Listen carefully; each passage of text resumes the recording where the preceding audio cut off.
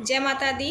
राधे राधे। आज हम बहुत ही एक इम्पोर्टेंट टॉपिक पर बात करने वाले हैं, जो कि सभी महिलाओं का, बेटियों का प्रश्न होता है कि नवरात्रि के दौरान अगर मासिक धर्म आ जाए तो हम माँ की पूजा आराधना कैसे करें और हम व्रत रहें कि उसको बीच में ही छोड़ दें। तो इसी टॉपिक पे बात करूँगी। तो स्वागत है सभी का मेरे चैनल में। तो चैनल पर जो भी नए हों so please subscribe my channel, subscribe कर दें मेरे चैनल को और वीडियो को पूरा देखें, तभी आपको सारी चीज़ें समझ में आएंगी कि हमें क्या करना है, क्या नहीं करना है, पूजा कैसे करें और क्या ना करें। तो देखिए, बहुत हमारी माताएं बहनें जो 9 दिन का व्रत करती हैं, तो बीच में कभी समस्या ये आती है कि बीच में ही उनका मासिक धर्म आ जाता है। अब सबसे बड़ी समस्या ये है कि श्रद्धा भाव से व्रत रहते हैं, तो अब जब हमारा व्रत पूरा नहीं हो पा रहा है, मन में बहुत ज़्यादा मतलब असंतोष रहता है कि भाई इतने मन से मैं पूजा की है, मैंने नवरात्रि के 9 दिन का व्रत शुरू किया है और ये पूरा नहीं हो पाएगा या मुझे माता रानी फल नहीं देंगी। तो बहुत सारी मन में विचार नए नए आते रहते हैं। तो इसी टॉपिक पे आज मेरी बात है, तो ध्यान से सुनिएगा मेरी माताएं बहनें, मेरी बेटियां। तो देखिए, ये अपने हाथ की भी कोई बात नहीं है कि ये प्राकृतिक देन है। तो अगर आप का भी ऐसा होता है कि आपके 9 दिन व्रत के समय आपका मासिक धर्म आ जाता है, तो मेरी माताएं, मेरी बहनें, मेरी बेटियां परेशान ना हो। आप अपनी पूजा को छोड़ना नहीं है बीच में, मतलब पूजा तो भाई स्पर्श नहीं करना है, ठीक है। आप जैसे व्रत रह रही हैं, आप नहाइएगा और नहा के तो देखिए, अगर आपकी भी ऐसी समस्या बन गई है, आपका भी टाइम, आपका भी मासिक धर्म नवरात्रि के व्रत के दौरान आ गया है, तो आप परेशान ना हो। तो उसके लिए हमें करना क्या है, आप विधि अनुसार जो नहाना है आपका नहाइएगा और माता रानी के मतलब स्पर्श नहीं करना है आपको, आपको छूना नहीं है, अग्यारी नहीं करना, हवन नहीं करना है, आपको कुछ नहीं करना है।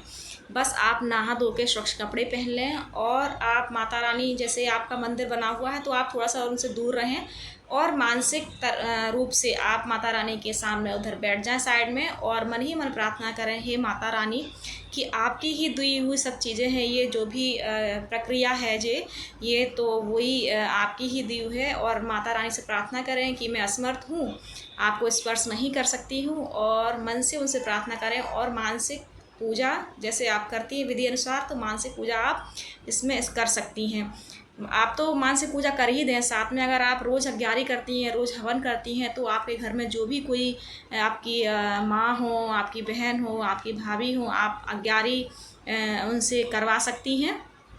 और अगर आजकल देखिए सभी सिंगल ज़्यादा रहते हैं भाई, जैसे मान लो किसी की शादी हो गई है और अपने ससुराल में वो सिंगल रह रही हैं कहीं, तो फिर कोई बात नहीं है, फिर तो आपको हाथ ही जोड़ने पड़ेंगे। अगर घर में कोई नहीं है आपके ये पूजा अग्यारी करने के लिए, तो कोई बात नहीं है, आप प्रार्थना करिएगा मानसिक रूप से माता रानी से कि माता रानी हमें क्षमा करें, हमें माफ़ करें, हमारा व्रत बीच में अधूरा रह गया है।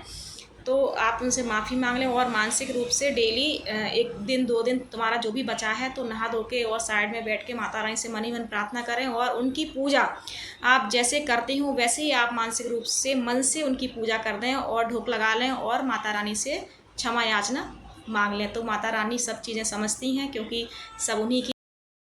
और क्षमा याचना मांगने के बाद फिर जैसे कि आप कन्या करने का वक्त है और आपका टाइम नहीं है सही, तो आप है ना अपने जैसे घर में कोई सदस्य हो उनसे, जैसे पूड़ी हलवा नहीं बना पा रहे हैं, तो मार्केट से जैसे जलेबी है, दही है, कुछ भी मंगा लें।